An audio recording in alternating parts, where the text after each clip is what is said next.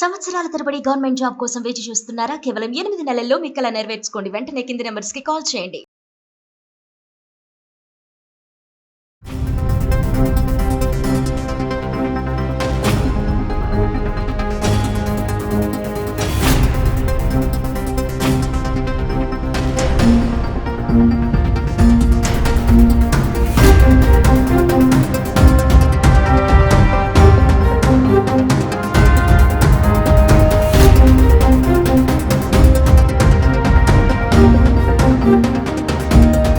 నమస్తే, welcome to Suman TV.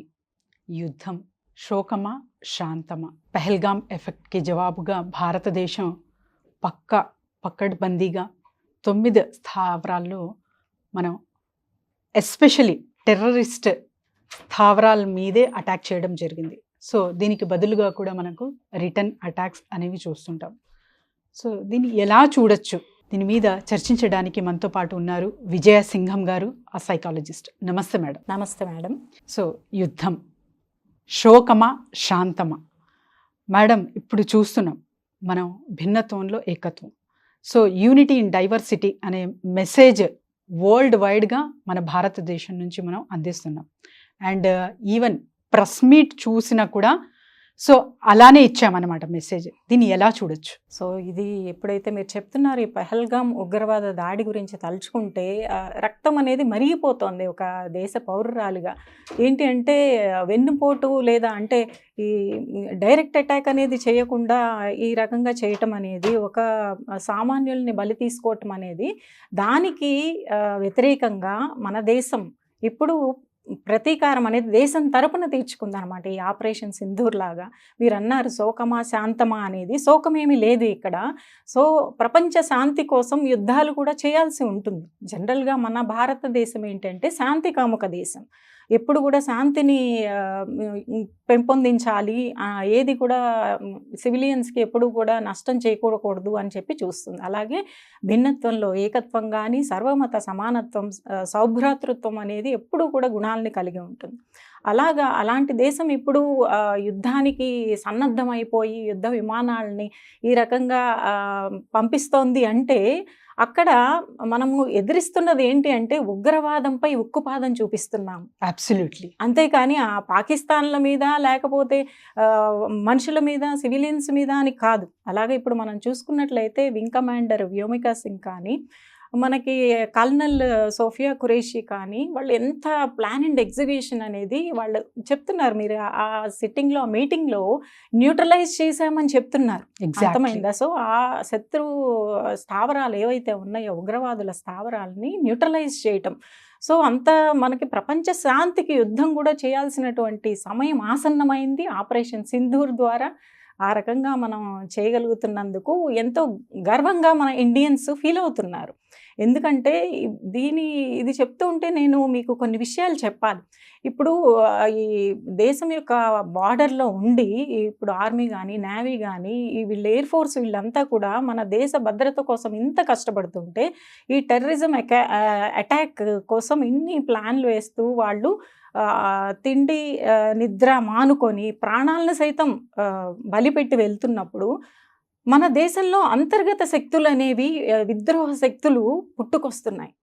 So వాటి పట్ల ఎవరు బాధ్యత కలిగి ఉండాలి? ప్రతిదీ కూడా దేశం చూస్తుందా, లేకపోతే ప్రభుత్వం చూస్తుందా? రాజకీయ నాయకులు ప్రతిదీ చూడగలుగుతారా, లేదా పోలీస్ డిపార్ట్మెంట్ ప్రతిదీ డీల్ చేయగలుగుతుందా? అంటే ఆ విషయంలో, దేశం యొక్క భద్రత విషయంలో అంతర్గత కలహాలు రాకుండా వచ్చినా కానీ వాటిల్ని సమూలంగా నిర్మూలించే విధానంలో ఒక సగటు పౌరుడు కూడా బాధ్యత తీసుకోవాల్సినటువంటి క్షణం అనేది ఉంది.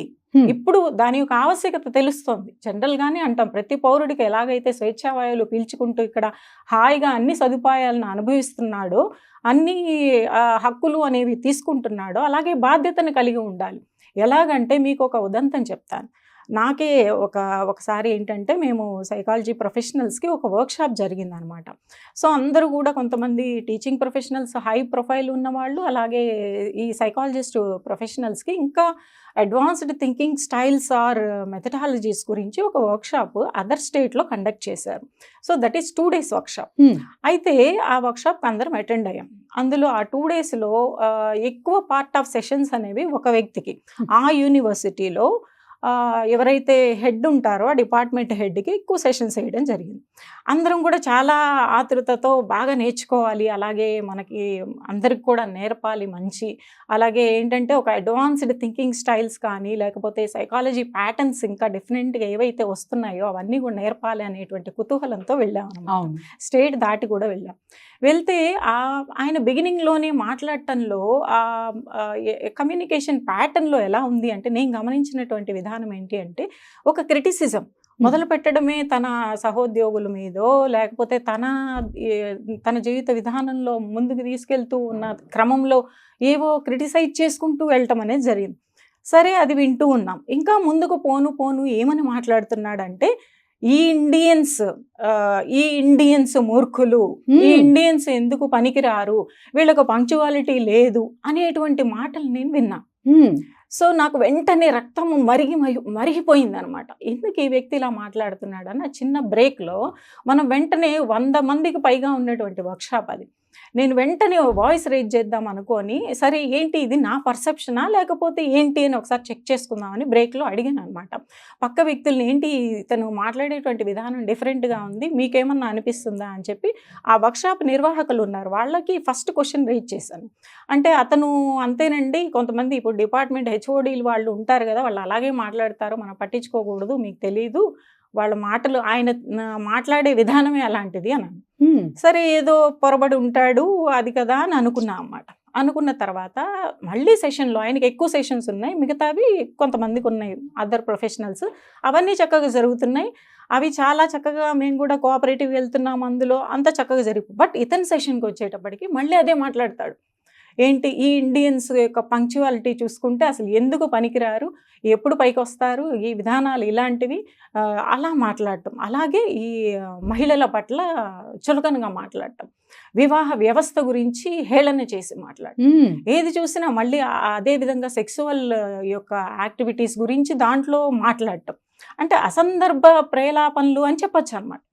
అంటే ఒక వ్యక్తి యొక్క పైత్యము, వికారాలు, వ్యక్తిగత పైత్యం, వికారాలు బహిరంగ సమావేశాల్లో ఈ విధంగా ఒక ప్రొఫెషనల్స్ ముందు, అది కూడా దేశం పొజిషన్లో ఉండి, హై పొజిషన్లో ఉండి, అతను ఎంత అడ్వాన్స్డ్గా థింక్ చేసి ఎంత ముందుకు తీసుకెళ్ళాలి, లేదా నువ్వు తీసుకోవద్దు వర్క్షాప్. అలా నీ వ్యక్తిగత పైత్యాలు, వికారాలని ఒక దేశానికి విరుద్ధంగా, మహిళలకు విరుద్ధంగా మాట్లాడితే ఊరుకోవాలా మేము? అందరూ మహిళలు అలా మాట్లాడుతున్నప్పుడు తలదించుకుంటున్నారు, కానీ వాళ్ళు మాట్లాడలా. నేను ఇంకా తర్వాత నేను విననని చెప్పాను, ఎందుకంటే ఇలాంటి వర్క్షాప్స్కి ఎందుకు రావాలి మేము, ఏదన్నా మనిషి అభివృద్ధి చెందాలని కోరుకుంటాడు కానీ గొర్రెల మందలాగా తీసుకెళ్తానంటే ఏది చెప్తే అది తల ఊపేస్తారా ఏంటి అంటే, వీళ్ళు అన్నారు మీ డబ్బులు మీకు ఇచ్చేస్తాము, మీ వర్క్షాప్ మీరు వెళ్ళిపోండి, దీన్ని డిస్టర్బ్ చేయొద్దు అని ఆ నిర్వాహకులు అన్నారు. అంటే వాళ్ళ ఆలోచన ఏంటి, పెద్ద ఎత్తున మేము చేస్తున్నాం కదా, దానికి ఆటంకం కలగకూడదు అనుకుంటున్నారు, కానీ అసలు పర్పస్ ఏంటి, ఈ వర్క్షాప్ పెట్టడంలో అసలు పర్పస్ ఏంటి అనేది వాళ్ళు మర్చిపోయారు. ఒక వర్క్షాప్ పెడుతున్నాము అంటే ఏంటి, దీన్ని ఇంకా ఉన్నటువంటి విధానాలని మనం షైనప్ చేసి అడ్వాన్స్డ్గా తీసుకెళ్ళి ఈ సగటు వ్యక్తులకు ఉపయోగపడాలి, ఈ ప్రొఫెషనల్స్ అనే కదా తీసుకొచ్చింది. ఆ పర్పస్ వాళ్ళు మర్చిపోయారు అనేది నాకు అర్థమయ్యి, నేను నాలో ఏంటంటే ఎంతో ఆవేదన కలిగింది, ఆక్రోశం కలిగి నేను వినను అని చెప్పేసి పక్కకు వచ్చేసాను అన్నమాట. ఇంకా ఎట్లాగైనా కానీ మీరు రండి అని చెప్పేసి వాళ్ళు తీసుకెళ్లారు. సరే తీసుకెళ్తే ఇక నాకు కోపం వచ్చి, నేను ఊరుకుంటాను అలా మాట్లాడుతుంటే నాకు మైక్ ఇవ్వండి అని అన్నాను. మైక్ ఇవ్వండి, అప్పటికి నేను వ్యతిరేకంగా మాట్లాడుతున్నాను అతనికి అర్థమైపోయింది. మీకు ఎందుకు ఇవ్వాలి, మీకు హక్కు లేదు ఇక్కడ మాట్లాడటానికి అన్నారు.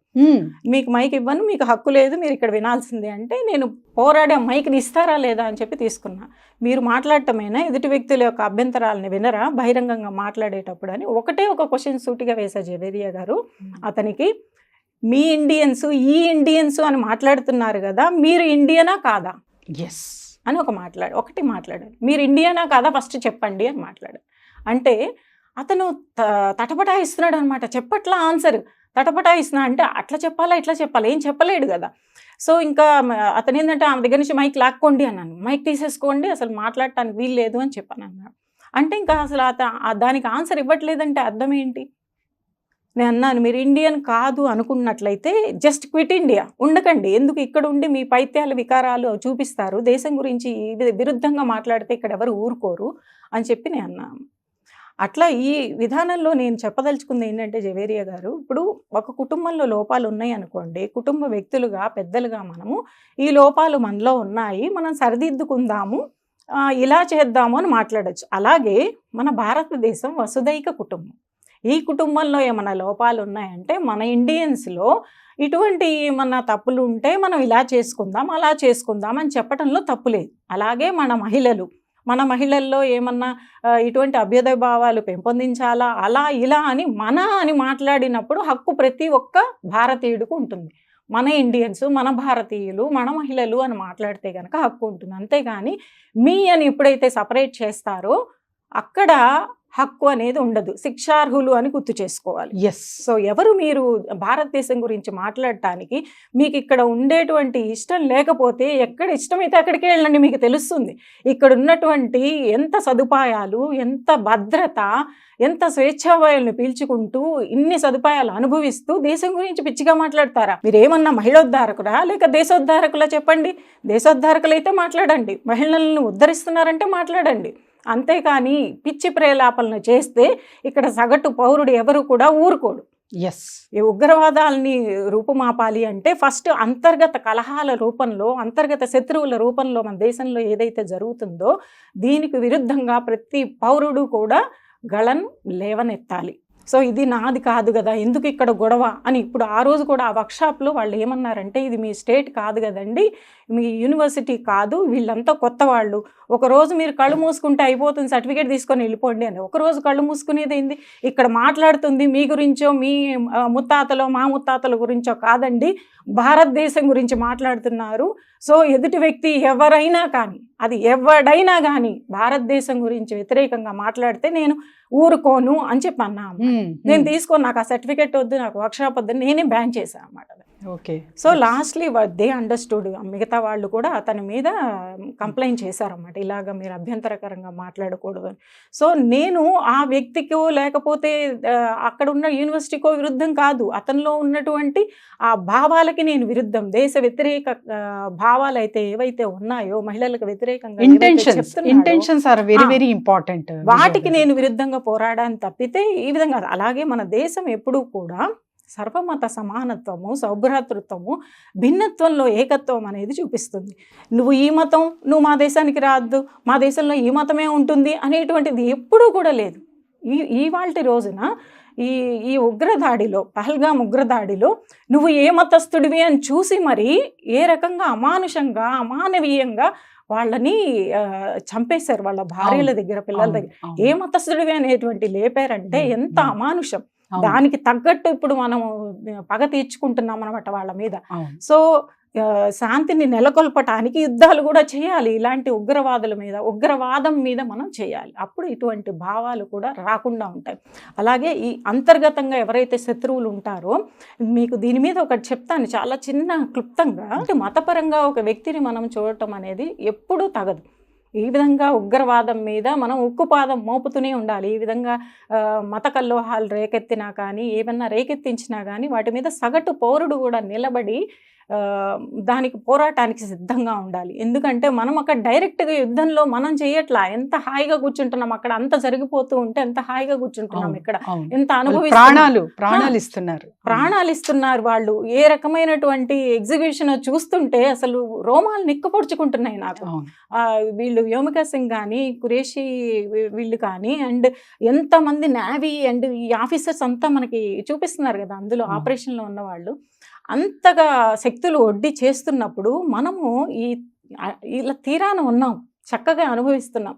కానీ మన మీద, మన తలపైనటువంటి గురుతర బాధ్యత ఏదైతే ఉందో, మీ చుట్టుపక్కల కానీ ఎక్కడైనా కానీ బహిరంగంగా మహిళల గురించి కానీ, మన దేశ కుటుంబ వ్యవస్థ గురించి కానీ, జాతీయత గురించి కానీ, దేశం గురించి కానీ ఏదైనా వ్యతిరేక భావాలు మాట్లాడారు అంటే వాళ్ళకి ఎదురుగా మీరు పోరాడండి. మీకు అన్ని హక్కులు ఉన్నాయి. ఆ రోజు నేను అనుకున్నా నేను మిలిటరీ కంటే ఏమి తక్కువ కాదు అని. ఎందుకంటే మనకు హక్కు ఉంది. దేశం గురించి పిచ్చిగా మాట్లాడితే వాళ్ళ చెంప పగలగొట్టేటువంటి హక్కు కూడా మనకు ఉంది అనమాట. కాబట్టి అది మన సామరస్యంగా వెళ్తాం కాబట్టి ఈ విధంగా మనం తీసుకెళ్ళి దాన్ని ఏదైనా వ్యతిరేకించాలి అని చెప్పి నేను కోరుకుంటున్నాను. అదే మన దేశ పౌరులుగా మన బాధ్యత. ఆ విధంగా మనం వసుదైక కుటుంబంగా మనం నిలబడగలుగుతాం. మనమంతా కూడా ఒక గొడుగు కింద ఉన్నాం. ఏంటంటే జాతీయత, భారత జాతీయత అనే గొడుగు కింద ఉన్నాం అన్నమాట. సో అది కాపాడుకోవాలంటే ఈ మతాలు కులాలు ఇవన్నీ అడ్డం రాకూడదు. మనది ఒకటే మతం, భారతీయత అనేది మన మతం. అదే అందరికీ సమ్మతమైనది. ఇండియన్స్. ఎస్. థ్యాంక్ యూ విజయ గారు. జై హింద్. Thank you. వందే మాతరం.